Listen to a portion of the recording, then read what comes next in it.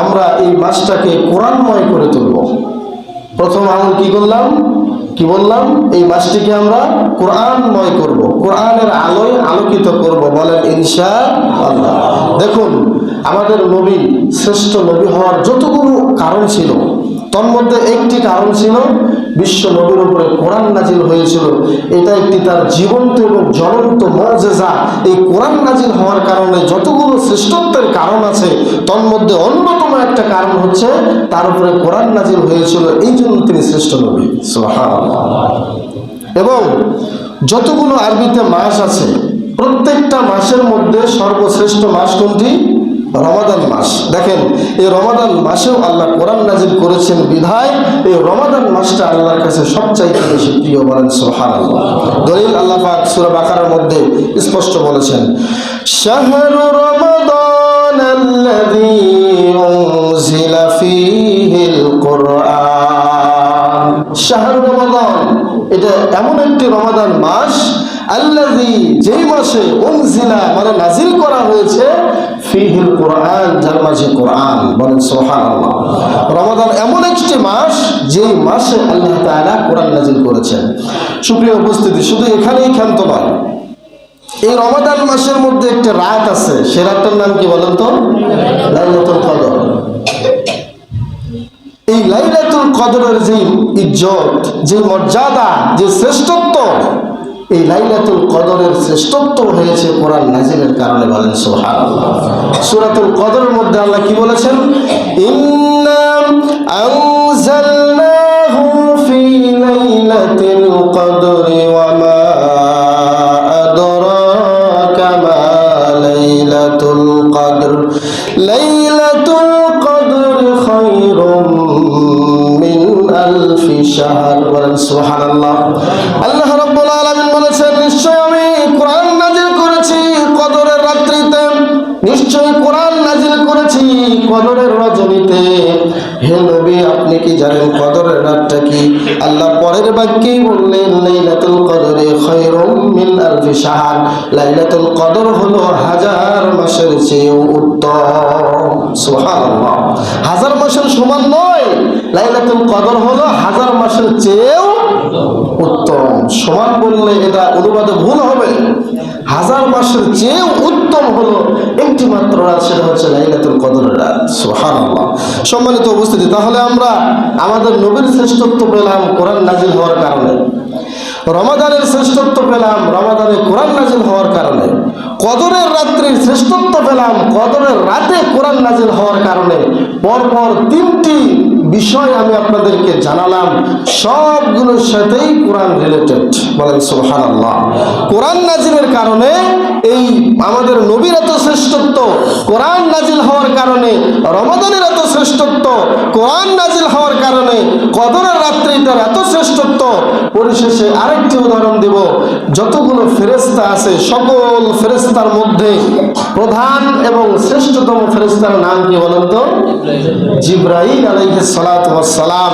দেখুন, এই জিবরাইলের মাধ্যমে কোরআন নাজিল হওয়ার কারণে আল্লাহ পাক জিবরাইলকে শ্রেষ্ঠত্ব দান করেছেন। সুবহানাল্লাহ। নাযালা বিহির রূহুল আমিন। আল্লাহ পাক কোরআনে বলেছেন, কোরআন নাজিল হয়েছে একজন বিশ্বস্ত আত্মার মাধ্যমে, বিশ্বস্ত একজন ফেরেশতার মাধ্যমে। রূহুল আমিন বলা যার নাম, তিনি হচ্ছেন হযরত জিবরাইল আলাইহিস সালাতু ওয়াস সালাম। সম্মানিত উপস্থিতি, তাহলে জিবরাইলের সম্মান বুঝলাম, আমাদের নবীর সম্মান পেলাম, আমাদের কদরের সম্মান পেলাম, এবং কদরের রাত্রির রমাদান মাসের সম্মান পেলাম একটি কারণে, সেটা হচ্ছে কোরআনের সাথে সম্পৃক্ত থাকার কারণে, কোরআনের সাথে সম্পর্ক রাখার কারণে। বলেন ঠিক না ঠিক? ঠিক তেমনি ভাবেন আমরাও যদি চাই আমাদের জীবনের মর্যাদা বাড়ুক, আমাদের জীবনের শ্রেষ্ঠত্ব ধরে রাখতে চাই, তাহলে আমাদেরকেও কোরআন ছাড়া আমরা কোনোদিন শ্রেষ্ঠত্ব ধরে রাখতে পারবো না। আমরা যদি চাই আমাদের সম্মান বাড়ুক, আমরা যদি চাই আমাদের কদর বাড়ুক, তাহলে কোরআনের সাথে যত সম্পর্ক গড়ব, কোরআন তেলাওয়াতে যত নিজেকে আগলিয়ে রাখবো, কোরআন অনুধাবনে যত নিজেকে আগাবো, মনে রাখবেন আপনার সম্মান আল্লাহর কাছে ততই বেশি বেড়ে যাবে। সুবহানাল্লাহ। বিশ্বনবী বলেছেন, ইন্নাল্লাহা ইয়ারফাউ বিহাযাল কিতাবি আখারিন। নিশ্চয় আল্লাহ তাআলা এই কোরআনের কারণে অনেক জাতিকে আল্লাহ উপরে উঠিয়ে দিয়েছেন এবং এই কোরআন অবমাননার কারণে অনেক জাতিকে আল্লাহ জমিন থেকে ধ্বংস করে দিয়েছেন। বলেন সুবহানাল্লাহ। ওহে মুসলমান দাঁড়াও তুমি, সাথে নিয়ে যাও কোরআন খানি, ঘোর ধারের বিপদ ছানিতে, ঘোর ধারের বিপদ ছানিতে, পথ চলিতে কি পারবে তুমি? ওহে মুসলমান দাঁড়াও তুমি, সাথে নিয়ে যাও কোরআন খানি। সুবহানাল্লাহ।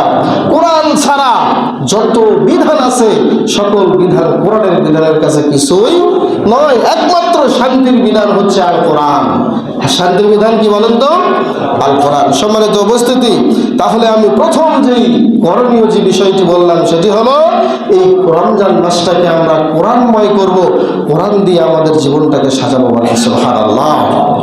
এরপরে কোরআন যে আমরা তেলাওয়াত করব, এই তেলাওয়াতটা যেন ধীরস্থির ভাবে হয়। কোনো খতমের উদ্দেশ্য কেউ করবেন না। আমি আবারও বলছি, আই রিপিট, কেউ খতমের উদ্দেশ্যে কোরআন তেলাওয়াত করবেন না। কোরআন খতমের জন্য আসে না। কোরআনটাকে ধীরস্থির ভাবে আপনি একদিন একটা আয়াত তেলাওয়াত করেন, এই একটা আয়াতের মর্ম উদ্দেশ্য আপনি বোঝেন। একজন মানুষ মসজিদের কোনায় বসে সূরা ইখলাসের অনুবাদ করতেছে আর আপনি পুরো কোরআন তেলাওয়াত করছেন। মনে রাখবেন, ওই যে লোকটা সারাটা মাস সূরা ইখলাসের তাফসীর বললো, অনুবাদ করলো, তার মানেটা বোঝার চেষ্টা করলো, আপনি 90 বার কোরআন শেষ করলো, তার সমান সওয়াব আপনি পাবেন না। এটাই ফতোয়া। এই জন্য কোরআন খতমের দিকে না দৌড়াইয়া কোরআনটাকে সহি শুদ্ধভাবে তার তিলের সাথে তেলাওয়াতের চেষ্টা করবেন। আল্লাহ পাক বলেছেন ওয়ারাত্তিল কোরআনা তারতিলা। এবং আরেকটা আমাদের সমাজে কুসংস্কার আছে, সেটা হলো আমি তেলাওয়াত করলাম, আমার দাদির নামে বক্সায়া দিলাম, আমার নানির নামে বক্সায়া দিলাম, আমার মৃত বাবার নামে বক্সায়া দিলাম। জি না, এগুলো ঠিক না। আপনি যদি যোগ্য সন্তান হয়ে থাকেন, আপনার বাবা দুনিয়া থেকে বিদায় নিয়ে চলে গিয়েছেন, আপনার মা দুনিয়াতে বেঁচে নাই, আপনি যে কোনো আমল করেন, প্রত্যেকটা আমলের পার্সেন্টেজ আপনার বাবার কবরে যাবে। বলেন ইনশাআল্লাহ। এটাকে আপনার বক্সায় দেওয়ার কোনো সুযোগ নাই, বক্সায় দেওয়ার কোনো দরকার নাই। আপনি যদি কোনো ভালো আমল করেন, সাথে সাথে এটা আপনার কপালে, আপনার মৃত্যু বাবা মায়ের ভাগ্যে চলে যাবে ইনশাআল্লাহ। সম্মানিত উপস্থিতি, যেমনভাবে ভালো কাজ করলে কেউ ভালো কাজের কোনো পথ দেখালে পরবর্তীতে যত ব্যক্তি ভালো কাজ করবে সবাই কিন্তু ওই ভালো কাজের সওয়াবটা যারাই করতেছে, যেই লোকটা ভালো কাজ শুরু করে গিয়েছে ওই লোকটা সমমান সওয়াব পেতেই থাকে। বলেন আলহামদুলিল্লাহ। ঠিক তেমনই ভাবে যারা অন্যায় কাজে শুরু করে যায়, পরবর্তীতে যতদিন ওই জায়গায় ওই পরিসরে অন্যায় কাজ চলতে থাকবে, মনে রাখবেন এইরকম গুনাহের একটা সাদেকা, গুনাহের একটা জারিয়া তার কবরও যেতে থাকে। বলেন নাউজুবিল্লাহ। এই যে আলহামদুলিল্লাহ, আমরা গতকাল আমাদের সংসদীয় নেত্রীদেরকে আমরা নির্বাচিত করে আসলাম। এখন তাদের মাঝে যদি ভালো কোনো গুণ থাকে আর ভালো কাজ করে, সেই সওয়াবের পার্সেন্টেজ আপনারা পাবেন। আর যদি কোনো নেতা এই আসনে বসে যদি অন্যায়ের দিকে পা বাড়ায়, মনে রাখবেন এর ভাগী আপনাদেরকেও হতে হবে। একটি বিষয় অন্তত বাংলাদেশ আগে গিয়েছে, সেটা হলো কোনো নারী নেত্রী আমরা পাই নাই, পুরুষ নেত্রা পাইছি। বলেন আলহামদুলিল্লাহ। তারা যারা মানে যে দলই যেত, আমরা অন্তত একজন পুরুষ প্রধানমন্ত্রী পাইছি। বলেন আলহামদুলিল্লাহ। তো যাক, আমি সেদিকে যাচ্ছি না। আমি যে বিষয়টা বোঝাতে চাচ্ছিলাম সেটি হলো, আপনি ভালো কোনো কাজ করলে ভালোর দিকেই আপনার বাপদাদা 14 পুরুষ সেই সওয়াব পাবে। আর খারাপের দিকে গেলে মনে রাখবেন এখানে বক্সায় দেওয়ার কোনো সুযোগ নাই, এই বক্সানোর কোনো কথা শরীয়তে নাই। আপনারা আমল করবেন, ভালো আমল করলে এই সওয়াবটা আপনার কবরে, আপনার আত্মীয় স্বজন বলেন আর আপনার বাবা দাদা বলেন, সবার কবরে পৌঁছে যাবে ইনশাআল্লাহ। সম্মানিত উপস্থিতি, এরপরে যার যত সুর আছে, যার যে কণ্ঠ আল্লাহ দিয়েছেন, চেষ্টা করবেন আপনার কণ্ঠস্বরের পুরো সুরটা কোরআন তেলাওয়াতে আপনি নিংড়িয়ে দিবেন। কারণ কি, বিশ্বনবী বলেছেন, মুসনাদ আহমদের হাদিস, মাল্লাম ইয়াতাগান্না বিল কোরআন ফালাইসা মিন্না। যে ব্যক্তি কোরআনের সুর দেয় না, যে ব্যক্তি কোরআন নিয়ে গুনগুন করে না, যে ব্যক্তি কোরআন নিয়ে অনুধাবন করে না, সে আমি নবী আমার উম্মতের আদর্শে আদর্শিত নয়। সুবহানাল্লাহ। এই জন্য সবাইকে আল্লাহ কোনো না কোনো কণ্ঠ দিয়েছেন, যার কণ্ঠ যেরকম ওটাই তার সুর, ওই সুর দিয়েই আপনাকে তেলাওয়াত করতে হবে। আমাদের যেই কথাটা আমি আগেই বলছি সেটা হলো কোনো রকমের খতমের উদ্দেশ্য করা যাবে না। আপনি নিয়মিত ডেইলি আপনি কোরআন তেলাওয়াত করবেন, বলেন ইনশাআল্লাহ। 1 নম্বর আমল গেল। 2 নম্বর করণীয় হলো ধীরস্থিরতার সাথে আস্তে আস্তে তারাবির সালাত আদায় করতে হবে। তারাবির সালাতে আসলে খবরদার কেউ সময়কে মেইন করবেন না। একদিন 10 মিনিট বেশি লাগতে পারে, একদিন 10 মিনিট কমও লাগতে পারে, আরেকদিন হয়তো বা 15 মিনিট বেশি লাগতে পারে। একটা জিনিস খেয়াল রাখবেন, এখানে হুজুর লম্বা সালাত পড়লে হুজুরের 10,000 টাকা বেতন বাড়ানো হবে না, হুজুর 5 মিনিট কম লাগালে হুজুরের 5,000 টাকা বেতন কমও হবে না। বেতন যা আছে তাই থাকবে। তো হুজুরের কি দরকার পড়ছে আপনাকে আধা ঘন্টা বেশি বাড়ায় রাখবেন? কথাটা বুঝতে পারছেন আমার? এখানে আপনাদেরকে মনটা পরিষ্কার করে আসতে হবে। এই সালাতটা মনে রাখবেন, এটা হুজুরের জন্য সালাত নয়, এই সালাত আপনার নিজের জন্য। কথা কি ভুল বললাম? কেউ আমরা কারোর জন্য সালাত আদায় করি? আমরা আল্লাহর জন্য সালাত আদায় করতে আসবো। এই জন্য ধীরস্থিরতার সাথে একেবারে একগ্র চিত্তে সালাত আদায় করতে হবে। কেউ ভুল করেও হুজুরকে বলবেন না যে আজকে একটু গরম, একটু তাড়াতাড়ি শেষ করেন না। এই কথা বলার সাথে সাথে আপনি একজন পাপী হবেন। একজন পাপী হোক, আপনি পাপী হন, এটা কি আমরা চাই? চাই না। খবরদার, আমরা ইমাম সাহেবের উপরে ন্যস্ত করবো দায়িত্ব, যেহেতু উনি দায়িত্ববান, ওনার আকল আল্লাহ দিয়েছেন। কখন একটু তাড়াহুড়ো শেষ করতে হবে, কখন একটু সালাত লম্বা করা যায়, এই জ্ঞান আল্লাহ তাকে দিয়েছেন। কি বলেন, দেন নাই? উনি বুঝবেন। আমরা এখান থেকে নিজের থেকে এরকম কোনো কথা, কোনো ইমাম, শুধু আমি আমার কথা বলছি না, যে কোনো জায়গায় আপনারা যাবেন এইগুলো কথা ইমাম সাহেবকে বলবেন না। কারণ ওনার অন্তরের ভিতরে একটা উদ্দেশ্য থাকে যে আমি একজন ইমাম, আমার পেছনে অসুস্থ মানুষ আছে, আমার পেছনে দুর্বল মানুষ থাকতে পারে, তাদের দিকে বিবেচনা করে উনি সালাতে দাঁড়িয়ে যাবেন। কি বলেন, ঠিক কিনা? সম্মানিত উপস্থিতি, এই জন্য বিশ্ব নবী বলেছেন, মান কামা রমাদান ঈমানান ওয়া ইহতিসাবা গুফিরা লাহু মা তাকদ্দামা মিন যামবিহি। ও আমার সাহাবীরা, রমাদানের কিয়াম যে করবে রে, রমাদানের কিয়াম যে করবে সাহাবের উদ্দেশ্যে, ঈমানের সাথে সাহাবের উদ্দেশ্যে, আল্লাহ তাআলা তার জীবনের সকল গুনাহ ক্ষমা করে দিবে। সুবহানাল্লাহ। এই জন্য নবী যেভাবে পড়েছেন তারাবির সালাত, তারাবির শব্দের অর্থই হলো বিশ্রাম নেওয়া। বিশ্রামের সাথে শান্তশিষ্টভাবে এই সালাতটা আদায় করা। সম্মানিত উপস্থিতি, 3 নম্বর আমল হলো তাহাজ্জুদের সালাত আদায় করার অভ্যাস করতে হবে এই রমজানে। কারণ কি জানেন, একটা সুবর্ণ সুযোগ হলো আপনি সচরাচর অন্য সময় আপনি রাত 3টায় বা 4টায় কিন্তু উঠতে পারেন না, পারেন? কিন্তু রমাদানে কিন্তু সাহারের উদ্দেশ্যে আগে ভাগে উঠি, আমরা উঠি না? আধা ঘন্টা, 40 মিনিট, 1 ঘন্টা হাতে রেখে আমরা উঠি। কেন উঠি? সাহারি খাবো, ফজরের সালাত আদায় করবো। ঠিক এই রাতগুলোতে আপনি একটু অভ্যাস করার চেষ্টা করেন যে আমি যেন সাহারির আগে অন্তত 2 রাকাত হলেও তাহাজ্জুদের সালাত আদায় করতে পারি, বলেন ইনশাআল্লাহ। কারণ তাহাজ্জুদ সালাত আদায় করবেন কেন? এই সালাত এমন একটা ইবাদত যে সালাতের মাধ্যমে আপনার ভাগ্য নির্ধারিত হবে, বলেন সুবহানাল্লাহ। আল্লাহ পাক বলেছেন, ওয়া মিনাল লাইলি ফাতাহাজ্জাদ বিহি নাফিলাতান লাকা আসা আইয়াবআসাকা রাব্বুকা মাকামান মাহমুদা। সুবহানাল্লাহ। আল্লাহ পাক আমাদের নবীকে বলেছেন, নবী গো, তুমি রাতের কিছু অংশে দাঁড়িয়ে তাহাজ্জুদের সালাত আদায় করো। হয়তোবা এই সালাত আদায় করার কারণে স্বয়ং আল্লাহ রাব্বুল আলামিন তোমাকে প্রশংসিত মাকামে মাহমুদা পর্যন্ত জায়গায় পৌঁছা দিবে। সুবহানাল্লাহ। দেখবেন বড় বড় পণ্ডিত যারা, বড় বড় স্কলার যারা, বড় বড় বিদ্বান যারা, বড় বড় সফল ব্যক্তি যারা, তাদের পেছনে আছে তাহাজ্জুদের সালাত। এই তাহাজ্জুদের সালাত এমন কোন নবী নেই যে তারা আদায় করে নাই। সুবহানাল্লাহ। এই জন্য আমরা উম্মত হিসেবে আমাদের এই তাহাজ্জুদের সালাত আদায় করার দরকার আছে নাকি নাই? আছে। এটা রমাদানের সুবর্ণ সুযোগ। এটা 3 নম্বর আমল, এটা করবেন ইনশাআল্লাহ। 4 নম্বর হলো মুক্ত হস্তে দান করার চেষ্টা করবেন। কারণ বিশ্বনবী রমাদান মাস আসলে তিনি প্রবাহিত বাতাসের ন্যায় তার চেয়েও তিনি বেশি দান খয়রাত করতেন, বলেন সুবহানাল্লাহ। এজন্য আমাদেরও উচিত সাধ্য অনুযায়ী এই রমাদানে 1 টাকা দান করলে 10 টাকার সওয়াব, আরেকটা স্পষ্ট হাদিস আছে, কেউ যদি রমাদান মাসে উমরা আদায় করে তাহলে তার একটা হজ্জের সমান সওয়াব। বলেন সুবহানাল্লাহ।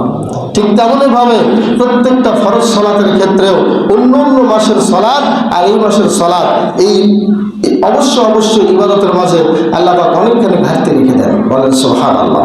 এই জন্য এই রমাদান মাসে আমরা যে যদ্দূর পারি দান খয়রাত করবো ইনশাআল্লাহ। এবং আগামী যেদিনই তারাবির সালাত হবে ওই দিনই আমাদের এই মসজিদে আমরা আমাদের ইফতারের জন্য কালেকশন করবো ইনশাআল্লাহ। আজকে করবো না, ওই তারাবির সালাতের প্রথম তারাবির সালাতের দিনেই ইফতারের জন্য কালেকশন করব। এবং আজকেও একজন দান করেছেন, আমি দোয়া পরে করবো ইনশাআল্লাহ। 4 নম্বর যেটা কি বললাম, মুক্ত হস্তে আমরা দান করব, যার যদ্দূর সাধ্য হয়। এটা বিশ্বনবীর অন্যতম একটা সুন্নাহ। 5 নম্বর একটা আমল হলো এই রমাদান মাসে আমরা কদর তালাশ করবো, লাইলাতুল কদর। এই রমজান মাস চলে গেলে এই কদরের রাতটা আপনি আর কোনো মাসে পাবেন না, অসম্ভব। রমাদান মাসেই কদরের রাত, রমাদান নাই কদরের রাত নাই। রমাদান মাসেই কদরের রাত তালাশ করতে হবে। বিশ্বনবী বলেছেন এই মাসে যে রাতটি আছে কদরের রাত, এই রাতটি যেহেতু 1000 মাসের চেয়ে উত্তম, সেহেতু মান হরিমা খয়রাহা ফাকাদ হরিমা, যে ব্যক্তি এই রমাদান মাসের এই একটি রাত থেকে বঞ্চিত হলো সে আসলে সকল কল্যাণ থেকে বঞ্চিত হয়ে গেল। বলেন নাউজুবিল্লাহ। এই জন্য আমাদের উচিত রমাদান মাসের যে রাতটি আসবে কদরের রাত, এই কদরের রাতটি উদযাপন করা। এটা কি শুধু 27-এর রাত? সবাই বলেন তো, এটা কি শুধু 27-এর রাত? এটা হলো প্রত্যেক বেজর রাত, 21, 23, 25, 27, 29 পরপরই 5টি বেজর রাতই আপনারা জানবেন। বলেন ইনশাআল্লাহ। 6 নম্বর হলো ইতিকাফ করব। ইতিকাফ যে ইবাদতটা আমাদের সমাজের অনেকেই করেন এবং এমনও ব্যক্তি আছেন, দেখেন আমরা যে নবীর উম্মত, ওই নবীর জীবনেও যে ইবাদতটা ছাড়েন নাই, আর আমরা ওই নবীর উম্মত হয়ে জীবনে সেই ইবাদতটা করিই নেই। এমন ব্যক্তি আমরা আছি না? ইতিকাফ বিশ্বনবী জীবনে ছাড়েন নাই আর আমরা জীবনে করিই নেই। এরকম লোক আছে না? আমরা আছি। কিন্তু আমি এটা বলছি না যেটা ফরজ, যেহেতু সুন্নাত, এটা গুরুত্ব আছে, অত্যন্ত গুরুত্ব আছে। যাদের কপালে লাইলাতুল কদর জুটবে না তাদের জন্য উচিত ইতিকাফ করা। ইতিকাফে যারা বসবে তাদের তাকদীর থেকে লাইলাতুল কদর ছুটে যাওয়ার কোনো আশঙ্কা নাই, কারণ তারা শেষের দশকের বেজর রাতগুলো থাকতেছেন, শেষের দশকের জোর রাতগুলো থাকতেছেন। লাইলাতুল কদর যখনই পার হবে ইতিকাফ অবস্থায় লাইলাতুল কদর পার হবে। বলেন সুবহানাল্লাহ। এটি একটি আমল। আরেকটি আমল হলো 7 নম্বর, শিশুদের যারা আছে শিশুদেরকে আমরা উৎসাহিত করব যে তোমরা সিয়াম রাখো। ওকে যদি সারাদিন সে সিয়াম নাও রাখতে পারে, রোজা নাও রাখতে পারে সারাদিন, সে যদি দুপুরে গিয়ে খাইতে চায় তাকে খাইতেও দেয় এবং তাকে তখন বলবেন যে তোমার একটা রোজা হয়ে গেল, এভাবে বুঝাবেন। আবার যদি দুপুরে খেয়ে যদি সন্ধ্যায় আপনার সাথে ইফতার করতে চায়, আপনি তখন তাকে সাথে নিয়ে ইফতার করেন, তাকে বুঝান যে একজন মুসলমান হিসেবে ইফতার করতে হয়, একজন মুসলমান হিসেবে সাহারি খেতে হয়। এগুলো বোঝানোর চেষ্টা করেন। আপনি সারাদিন সিয়াম পালন করেছেন, বিশেষ করে মা বোনেরা কাজ করতে করতে নাজেহাল, সন্তানরা একটু রান্না করার সময় কাছে গেলে মারে এক কষে এক থাপ্পড় খাইয়া এখন সে ইফতার কেন, ইফতারের পরও আধা ঘন্টা মায়ের কাছে আর কাছায় না। এরকম আছে নাকি নাই? তাহলে এই সন্তানটা শিখবে কি? সে কি দেখবে? তার মা কি করে, তার বাবা কি করে, কি ইবাদত করে, কি কাজ করে, এটা সন্তান দেখার দরকার ছিল না? ছিল। এই জন্য সাহারির সময় সন্তানকে রাখবেন, ইফতারের সময় সন্তানকে কাছে বসাবেন, তাদেরকে বুঝাবেন যে এগুলো ইসলামিক কালচার এবং ইসলামিক নিয়ম, এগুলো ছাড়া আমাদের মুসলমানের জীবন চলতে পারে না। অতএব এটা একটু অন্যতম আমল, শিশুদেরকে রমাদানের সিয়াম পালনে উৎসাহিত করা। 8 নম্বর হলো ইফতারের পূর্ব মুহূর্তে সবাই কথা না বলে দোয়া জিকিরে মগ্ন থাকা। দোয়া করবেন, কারণ সালাসাতুল মুস্তাজাবাতুন আদ-দাওয়া, 3 জন ব্যক্তির দোয়া কবুল করা হয়। তার মধ্যে এক হাদিসে পাওয়া যায় 3 জন, আর এক হাদিসে পাওয়া যায় অন্য 3 জন। যে হাদিসে অন্য 3 জনের কথা পাওয়া যায় তার মধ্যে একজন হচ্ছে সায়েম, যে রোজাদার ইফতার সামনে নিয়ে দোয়া করে, আল্লাহ তার দোয়া ফেরত দেন না। সুবহানাল্লাহ। এই জন্য আপনার বাবা মারা গিয়েছে, আপনার দাদা মারা গিয়েছে, আপনার পরম স্ত্রী মারা গিয়েছে, হয়তো আপনার ভাই মারা গিয়েছে, যেই মারা যাক না কেন ইফতারটাকে সামনে নিয়ে তাদের জন্য দোয়া করবে, আল্লাহুম্মা গফির লাহুম ওয়ারহামহুম ওয়াআফিহিম ওয়াফু আনহুম ওয়াকরিম দয়া করো, তাদের জীবনের সব গুনাহ মাফ করে জান্নাত দিও। এইভাবে আরবিতে বলতে না পারলেও বাংলাতে বলবেন। আল্লাহর নবী বলেছেন আপনি তাদের জন্য যে দোয়া করবেন ওই দোয়া ইফতারের পূর্ব মুহূর্তে আল্লাহ সরাসরি কবুল করে নেবে। সুবহানাল্লাহ। তার মানে এই নয় সম্মিলিতভাবে একসাথে দোয়া করা, জি না, সম্মিলিতভাবে একসাথে দোয়া বিশ্বনবী ইফতারকে সামনে রেখে করেন নাই, তাই আমরা করবো না, একা একা যে যদ্দুর করে দোয়া করবো ইনশাআল্লাহ। 9 নম্বর একটা আমল হলো সাওয়াবের আশায়, ঈমান নিয়ে সাওয়াবের আশায় সিয়াম পালন করতে হবে। মনে রাখবেন বিশ্বনবী ঈমানের কথা বলেছেন, যার ঈমান নাই তার সিয়ামের কোনো দরকার নাই। ঈমান মানে হলো আপনি 5 ওয়াক্ত নামাজি কি না, এটাই হলো ঈমানের লক্ষণ। ঈমান মানে হলো আপনি ঠিকমতো যাকাত আদায় করেন কিনা, এটা হলো ঈমানদারের লক্ষণ। ঈমান মানে হলো আপনি রমজানের সিয়াম ঠিকমতো আদায় করেন কিনা, এটাই হলো ঈমানের একমাত্র বহিঃপ্রকাশ। তার মানে হলো ঈমানদারের যতগুলো কোয়ালিটি আছে, যতগুলো গুণ আছে, সব কিছু নিজের মাঝে ধারণ করে এরপরে সিয়াম রাখতে হবে। আপনি যদি বাবার মাজারে গিয়ে সাজদা দেয়, আপনার উপরে সিয়াম ফরজ আল্লাহ করেন নাই। আল্লাহ পাক কিন্তু সবাইকে সিয়াম ফরজ করেন নাই। আল্লাহ পাক ডাক দিয়েছেন ঈমানদারদেরকে, ইয়া আইয়ুহাল্লাযীনা আমানু, ওহে ঈমানদারেরা, কুতিবা আলাইকুমুস সিয়াম, তোমাদের উপরে সিয়াম ফরজ করা হয়েছে। কোন বেঈমানের উপরে আমি আল্লাহ সিয়াম ফরজ করি না। তাহলে ঈমান দিয়ে, ঈমানের সাথে আপনাদেরকে সালাত আদায় করতে হবে। তার মানে হলো এর আগে সালাত পড়ি নাই তাই বলে কি আমি আজকে তারাবির সালাতে আসলাম বা সাহারি খেলাম, আমি কি বেঈমান হলাম?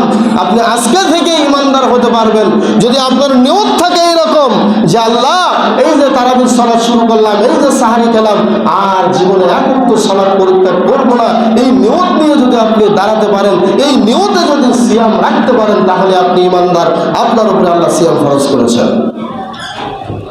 কিন্তু দুঃখের বিষয় হলো এখন তো সালাত আদায় করি না, রোজা রাখতেছে ঠিকই, ফজর গেল কোন দিক দিয়ে, জোহর গেল কোন দিক দিয়ে, সাহারি খেয়ে দিন ঝুলছে ঘুম শেষ করে সকাল 10টায় ঘুম থেকে উঠে আবার কাজে চলে যাচ্ছেন, জোহর আসর বন্ধই গেল বা রাস্তায় চলে গেল, কোনো সালাতের তোয়াক্কা করলাম না, সকাল থেকে সন্ধ্যা পর্যন্ত শুধু অনাহারে থাকা ছাড়া কিছুই হলো না। এই সিয়াম আল্লাহর দরবারে কবুল হবে না। এই জন্য বিশ্বনবী এই যে সিয়ামের ফজিলত বর্ণনা করতে গিয়েও তিনি ঈমানকে শর্ত করেছেন, মান সামা রমাদানা ঈমানা, যে ব্যক্তি ঈমানকে সাথে নিয়ে, ঈমানের সাথে যে রমজানের সিয়াম পালন করলো, গফিরা লাহু মা তাকাদ্দামা মিন যামবিহি, ওই ব্যক্তির জীবনের সব গুনাহ আল্লাহ ক্ষমা করে দেবেন। ঈমান নাই, কোনো কাজের আপনি ফল পাবেন না। একটা খাতা শুরু থেকে শেষ পর্যন্ত শূন্য দেন তো, শূন্য দিতে দিতে খাতাটা শেষ করে ফেলেন, কোনো ফায়দা হবে? এবং এই শূন্যর আগে যদি শুধু একটা এক থাকে, একটা একের পর একটা শূন্য থাকলে কি হবে? 10, আরেকটা দিলে 100, আরেকটা দিলে 1000। ঠিক ঈমানটা হচ্ছে ওই একের ন্যায়। ঈমান থাকলে আপনার যা কিছু করবেন প্রত্যেকটা আমলে আপনার সওয়াব বর্ধিত হতেই থাকবে, হতেই থাকবে, হতেই থাকবে। সুবহানাল্লাহ। তাহলে 9 নম্বর আমলটা আমরা কি পেলাম? ঈমানের সাথে আমরা সিয়াম পালন করব। এরপরে সর্বশেষ 10 নম্বর হলো জামাতের সাথে কন্টিনিউ সালাত তো আদায় করবই, কিন্তু সালাত যেন জামাত থেকে ছুটে না যায়। জামাতের সাথে যেখানে ওয়াক্ত হবে ওখানে যেন 5 ওয়াক্ত সালাত জামাতের সাথে আদায় করতে পারি। কারণ এই সালাত আদায় করার অভ্যাসটা যদি আমাদের রমজানে হয়ে যায়, বাকি 11 মাসে এটা ছাড়তে বা আপনার কি আদায় করতে কোনো কষ্ট হবে না। অভ্যাস হয়ে গেলেই আপনি দেখবেন রমাদানের পরেও আপনার এই সিয়ামটা সুন্দর চলতেছে, মানে সালাতটা ঠিক মতো চলবে ইনশাআল্লাহ। অতএব সর্বশেষ যে আমলটা আমি কথা বললাম সেটা হলো জামাতের সাথে 5 ওয়াক্ত সালাত আদায় করব।